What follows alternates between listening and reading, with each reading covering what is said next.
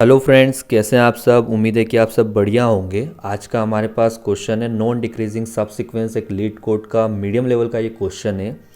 इस क्वेश्चन में हमारे पास गिवन होगा एक इंटीजर एरे नम्स। हमको इसमें बताना है कि जितने भी उसके possible different possible non decreasing subsequence of the given array with at least the two elements और you may return the answer in any order. तो ये हमारे क्वेश्चन का एक छोटा सा डिस्क्रिप्शन था। अगर हम इसके एग्जाम्पल को देखते हैं तो फर्स्ट एग्जाम्पल जो कि हमको ये गिवन है, हमको इसके अंदर बताने कि इसके कितने नॉन डिक्रीजिंग सीक्वेंस हो सकती है। तो फर्स्ट अगर हम देखते हैं तो 4, ठीक है। 4 इन्होंने एक मेंशन कर रखी है यहाँ पे चीज़, क्या कर रखे, एटलीस्ट 2 एलिमेंट होने चाहिए और नॉन डिक्रीजिंग होना चाहिए, ठीक है। 4 6, ठीक है, पहला ये बन जाएगा। फिर इसके बाद क्या, 4 6 को काउंट करें तो 4 6 7, ठीक है, 4 6 7 एंड 7, ठीक है। ये हम 4 6 के टर्म से बना सकते थे। फिर क्या आता है हमारे पास, 4 7 आता, 4 7 बना दिया। फिर क्या आता है 4 7 एंड 7, ठीक है, एक और टर्म बन गया। इसके बाद क्या होता है, हमने 7 से भी जितने पॉसिबल थे बना चुके। अब ये 7 बचा तो मैंने यहाँ पे लिखा 4 7, ठीक है। बट यहाँ पे आप देखो ये दोनों सेम है तो हमको रिपीट नहीं करना है क्योंकि आंसर में भी कहीं भी रिपीट नहीं है, ठीक है। एक चीज़ और पता चल गई कि हमारा जो आंसर होगा उसके अंदर डुप्लीकेट नहीं होना चाहिए, ठीक है। अब चलते हैं, हमारे पास नेक्स्ट नंबर क्या है, 6। 6 से बन सकता है 6 7, ठीक है। फिर 6 7 के टर्म से बन सकता है 6 7 एंड 7, ठीक है। और फिर नेक्स्ट 7 कंप्लीट वाइज 7 पे आए तो इस 7 से हम कितने बना सकते हैं, 6 7। अगेन हमारे पास क्या है, डुप्लीकेट, ठीक है, इसको रिमूव करना पड़ेगा, इसको नहीं रखना है आंसर में, ठीक है। अब 7 के पास गए, 7 सिंगल, फिर एक और 7 लिया, ठीक है, एक आंसर ये हो गया, ठीक है। इसके बाद लास्ट में क्या बचता है, 7 खुद बचा तो हम एक सिंगल से तो बना नहीं सकते, ठीक है। तो ये हमारे पॉसिबल आंसर है जो इन्होंने गिवन कर रखे नीचे। तो फर्स्ट अगर हमने इसमें एक चीज़ देखी तो हम क्या देखते हैं, फर्स्ट स्टेप में हम क्या कर लें कि हम इन सारे वैल्यू को अरेंज कर लेते हैं एक ऑर्डर के अंदर, ठीक है। देन हम उसके बाद के जितने भी सीक्वेंस होंगे उनको हम बता सकते हैं। बट अगर आप सेकेंड एग्जाम्पल देखते हो इसका, सेकेंड एग्जाम्पल में क्या गिवन है, हमारे पास गिवन है 4 4 3 2 4 4 3 2 1, ठीक है। ये हमारे पास एक सीक्वेंस गिवन है, इसका हमको निकालना है। तो हम अगर इसको ऑर्डर चेंज कर देते लाइक 1 2 3 4 एंड 4 कर देते तो हमारी सीक्वेंस ज़्यादा आ जाती। बट आंसर में क्या दिया इन्होंने, 4 एंड 4 दिया है, तो मीन्स कि हमको कोई ऑर्डर चेंज नहीं करना है इस एरे का, ठीक है। आई थिंक आपको क्वेश्चन क्लियर हुआ होगा, ठीक है। तो अब चलते हैं हम इसकी सॉल्यूशन की अप्रोच की तरफ। तो इसकी सॉल्यूशन अप्रोच को हम कैसे डिज़ाइन करेंगे, हम इसको बैक ट्रैकिंग के थ्रू करेंगे। सपोज़ करो कि मेरे पास फर्स्ट में क्या है, 4 है, ठीक है, ये मेरे पास 4 हुआ, ठीक है। 4 किसके पास जाएगा, 4 के पास नेक्स्ट क्या है, 6 6 4 से बड़ा है, हाँ बड़ा है, तो मैं इसको क्या कर लूँगा, ऐड करूँगा अपने इसमें। और मेरी साइज़ क्या हो गई, इनकी साइज़ हो गई 2, तो मेरा फर्स्ट आंसर क्या हो जाएगा, 4 एंड 6, ठीक है। उसके बाद 6 से आगे अगला कौन है, 7, ठीक है, 7 के पास जाऊँगा मैं, 7 आया, ठीक है। मैंने इसको नेक्स्ट आंसर क्या हो जाएगा, 4 6 एंड 7, ठीक है। ये मेरा एक आंसर हुआ। उसके बाद मेरे पास क्या नेक्स्ट एक और क्या है, 7 है, तो 7 के पास भी गया, ठीक है। तो इसको भी अपन क्या कर लो, ऐड कर लो, क्योंकि ये भी 7 से बड़ा भी है, बड़ा या इक्वल टू है, ठीक है ना। तो ऐड कर लेते इसको, 4 6 7 एंड 7, ठीक है। ये मेरा एक आंसर हुआ। अब क्या मेरे पास 7 के बाद नेक्स्ट पे जाने के लिए कोई प्लेस है, नहीं है, तो मैं क्या करूँगा, उल्टा जाऊँगा, बैक ट्रैक करूँगा, ठीक है। इस 7 के पास, इसके पास नेक्स्ट कौन था, ये 7 ही था, तो इस 7 को मैंने क्या कर लिया है, तो मेरे पास अब कोई और पोजीशन तो है नहीं, तो मैं अगेन ऊपर जाऊँगा, ठीक है। अब मैं 6 के पास आया, 6 से मैंने किसी इस पोजीशन को देखा था, बट मेरे पास कौन सा ये 7 बच रहा है, तो मैं एक बार वापस इधर नीचे की तरफ जाऊँगा 7 के लिए, ठीक है। इस 7 के पास गया तो मेरा सॉल्यूशन क्या बनेगा, 4 6 7, या ऑलरेडी 4 6 7 है मेरे पास, तो मुझे इसको इंक्लूड नहीं करना है। मैं अगेन यहाँ से क्या करूँगा, बैक ट्रैक करूँगा, बैक ट्रैक करा। उसके बाद में वापस 6 के पास अब कुछ एलिमेंट बचा नहीं बचा, उसके बाद 7 एंड 7 था, 7 एंड 7 को हमने चेक करा। अब मैं किसके पास जाऊँगा, बैक ट्रैक करके वापस 4 के पास जाऊँगा। 4 के पास 6 के अलावा कोई ऑप्शन है, कौन है, 7 है, तो 7 आएगा यहाँ पे, ठीक है। इस टाइम पे साइज़ क्या हो जाएगी हमारी 2, तो हम इसको लिख लेंगे 4 एंड 7, ठीक है। अब नेक्स्ट इस 7 के बाद अगला एलिमेंट कौन आएगा, 7 आएगा, ठीक है। 7 को लिखेंगे, 7 को क्यों लिखेंगे, 7 हमारा इससे छोटा नहीं है, इसके बराबर है या इक्वल है, ठीक है। तो मेरा एक और बना 4 7 7, क्या इस लिस्ट में है, नहीं है, तो मैं इसको लिख लूँगा 4 7 एंड 7, ठीक है। अब अगेन मैं इससे बैक ट्रैक करूँगा क्योंकि मेरे पास और कोई वैल्यू तो है नहीं, ठीक है। बैक ट्रैक किया 7 पे आया, 7 के पास भी कुछ नहीं है, बैक ट्रैक किया। अब 4 के पास कितनी बचती है, 4 के पास एक और वैल्यू 7 बचता है, ठीक है। मैंने 7 लिखा, 7 हमारा आ चुका है, हाँ आ चुका है, आ गया तो हम इसको नहीं रखेंगे, देन हम बैक ट्रैक कर देंगे। और जो ये हमारे पॉसिबल होंगे, हम 4 से इतने पॉसिबल निकाल सकते थे, बट हमारे पास अभी भी क्या बचे हैं, हमारे पास अभी भी 3 वैल्यूज़ है, तो हमको उनको भी चेक करना पड़ेगा। तो हम चलते हैं नीचे, उनके लिए भी बनाते हैं। तो लाइक वो थे हमारे 6, 7 एंड 7 बचे, 6, 7 एंड 7। तो इनका एक अलग ट्री बनाते हैं। 6 बचा, अगली नोट है, 6 से किसके पास जाएंगे, 7 के पास, ठीक है। 6, 7 आया नहीं है हमारे पास अभी तक, तो बड़ा भी है 6 एंड 7 को नोट किया हमने, ठीक है। उसके बाद क्या है, 7 है, तो 7 के पास वापस जाएंगे, ठीक है। तो ये 7 से बड़ा और इक्वल होगा, ठीक है 6, 7 एंड 7, ठीक है, नोट कर लिया।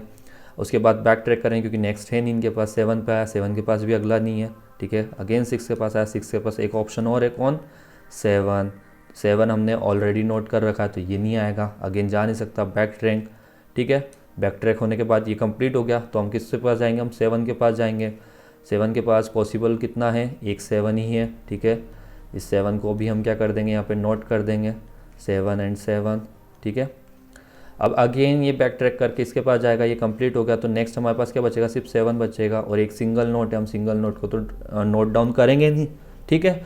तो हमारे जो ये आंसर आए होंगे, लाइक सपोज करो कि ये मेरे पास ये आंसर है इधर के, ये सारे के सारे मेरे आंसर हैं, ठीक है। मैं इनको कह सकता हूँ कि ये मेरे पॉसिबल आंसर है जो बन सकते थे और यही मुझे निकालने, ये मेरे आंसर है। आई थिंक आपको समझ में आया होगा कि कैसे हमने आंसर ढूंढे। अगर हम इसमें सॉल्यूशन की देखें, सॉल्यूशन के लिए, तो मैंने आंसर को, मुझे क्या चाहिए, आंसर क्या होंगे मेरे, होंगे हमेशा क्या होंगे, यूनिक होंगे। तो क्या मैं यूनिक के लिए क्या यूज़ कर लूँगा, यहाँ पे सेट यूज़ कर लूँगा, सेट, ये हो जाएगा मेरा एक लिस्ट टाइप का हो जाएगा मेरा सेट, ठीक है। और अगर मैं इसको देखूँ, इस कंडीशन को देखूँ, लाइक जैसे मेरे पास ये वाला कंडीशन था, तो इसके अंदर क्या कंडीशन होगी मेरी, कि जो मेरा नम्स आई है, ठीक है, नम्स आई है वो किससे छोटा होना चाहिए या बराबर होना चाहिए, किससे, नम्स जे से, जो i+1 बोल सकते हैं। जे हमारा क्या होगा, i+1, ठीक है। i+1 बोल दो, या अगर हम इसको किसी लिस्ट के अंदर रखते हैं, सपोज करो लिस्ट के अंदर हम स्टोर कर रहे हैं, तो मेरा जो ये नम्स आई है, ये लिस्ट की जो आखिरी पोजीशन होगी, मीन्स जो लास्ट पोजीशन है इसकी, उससे क्या हो, उससे ठीक है, ये इक्वल हो नम्स आई, ठीक है। ये कंडीशन को सेटिस्फाई करता है तो हम उसको आगे इटरेट करेंगे, ठीक है। तो सॉल्यूशन में फर्स्ट जैसा हमने डिस्कस किया था, हमको क्या चाहिएगा, आंसर के लिए सेट चाहिएगा, तो हम क्रिएट करते हैं एज एन एक सेट, जिसका टाइप बताया था हमने लिस्ट होगा, ठीक है। ये हो जाएगा हमारा सेट, इसको हम नाम भी देंगे रिज़ल्ट, ठीक है, जो हमारे रिज़ल्ट को स्टोर करेगा, ठीक है। न्यू हैश सेट, ठीक है, ये हो गया हमारा सेट। इसके अलावा हमको एक लिस्ट चाहिए होगी जो हमारी उस सीक्वेंस को स्टोर रखे, तो लिस्ट, ठीक है, ये किस टाइप की होगी, इंटीजर, ठीक है, ये इसमें इंटीजर आ जाएंगे, एन अपन ने कैपिटल कर दिया, उसको स्मॉल करते हैं, इंटीजर, ठीक है। और इसको नाम हम दे देते हैं लिस्ट ही, ठीक है, न्यू एरे लिस्ट, ठीक है, ये लिस्ट एरे लिस्ट बन गया। अब इसके बाद हमको क्या करना है, हमको हमारे फंक्शन को कॉल करना है, लाइक हम फंक्शन कॉल क्रिएट करते हैं पहले, प्राइवेट वॉइड बोलेंगे इसको हम, बैक ट्रैकिंग, ठीक है। फर्स्ट हमको क्या लेके जाएंगे, हमको रिज़ल्ट ले जाना पड़ेगा, result set list of integer, ठीक है। इसको हम नाम यहाँ पे भी रिज़ल्ट ही नाम देते हैं क्योंकि अच्छा रहे हमारे लिए भी समझने के लिए, रिज़ल्ट, ठीक है। उसके बाद हमको चाहिए एक लिस्ट, ठीक है, और इंटीजर, इसको यहाँ पे भी नाम हम इंटीजर लिस्ट ही देते हैं, ठीक है। इसके बाद हमको एक एरे लगेगा जिससे हम वैल्यू को कंपेयर करेंगे, ठीक है, नम्स वाला, ठीक है, नम्स हो जाएगा, और हमको इंडेक्स चाहिएगा, IND इंडेक्स, ठीक है। फर्स्ट कंडीशन क्या होगी हमारी, इफ़ अगर हमारी जो लिस्ट की size list dot size is greater than 1 है, मीन्स हमारे लिस्ट के अंदर कितने 2 एलिमेंट है, तो उस टाइम पे क्या कर दे, उस लिस्ट को ऐड कर देना रिज़ल्ट में, रिज़ल्ट डॉट ऐड किसको, लिस्ट को ऐड करना है। तो ऐसे तो ऐड होगी नहीं, हमको यहाँ बनाना पड़ेगा न्यू एरे लिस्ट, और इसके अंदर हम पास कर देंगे हमारी लिस्ट को। ठीक है, ये ऐड हो गई। अब एक फोर लूप लगा लेते हैं जिससे हम उसको ट्रेवर्स कर पाएँ। For int i equal to index, ठीक है, i कहाँ तक जा सकता है मेरा, नम्स डॉट लेंथ तक, ठीक है, i प्लस प्लस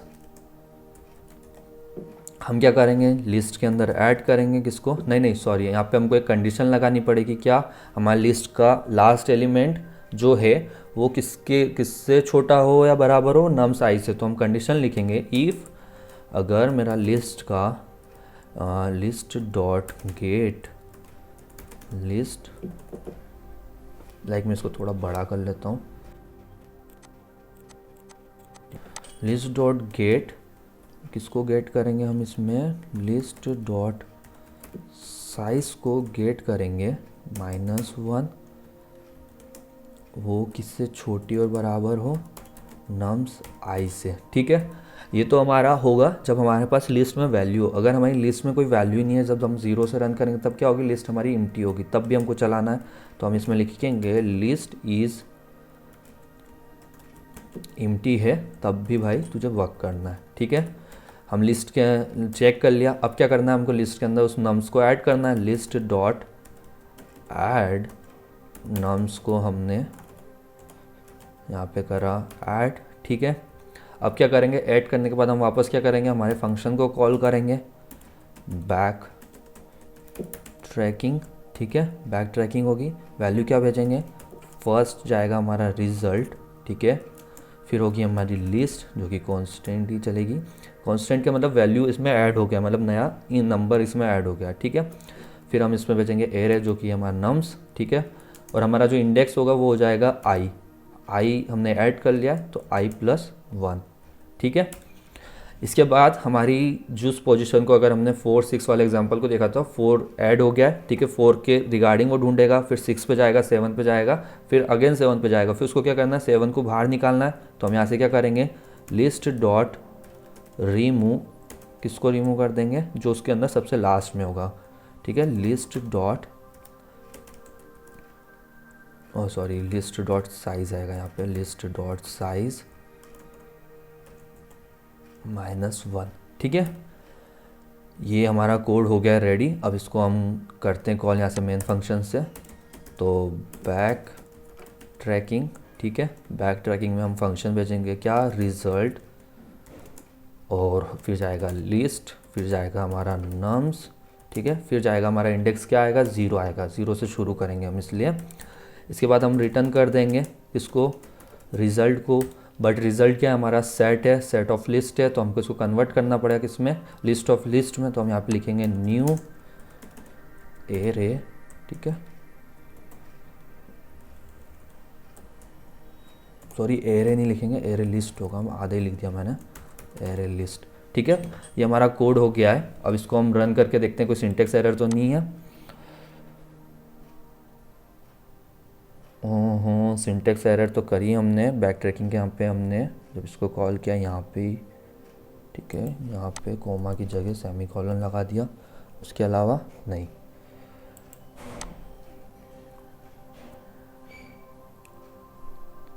लाइक हमारा ओके इसने आउट ऑफ बाउंड किया, like index -1 of the out bound. ठीक है, लिस्ट डॉट गेट, ओके ये वाली जो कंडीशन हमने लिखी है ना, लिस्ट डॉट एम्प्टी, इसको हमको क्या करना पड़ेगा, पहले लिखना पड़ेगा।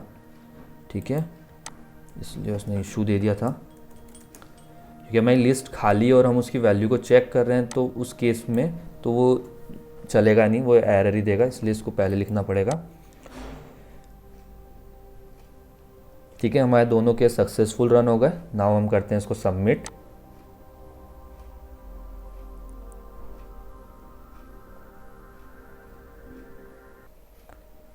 ठीक है, हमारा ये कोड भी सक्सेसफुल सबमिट हो गया है।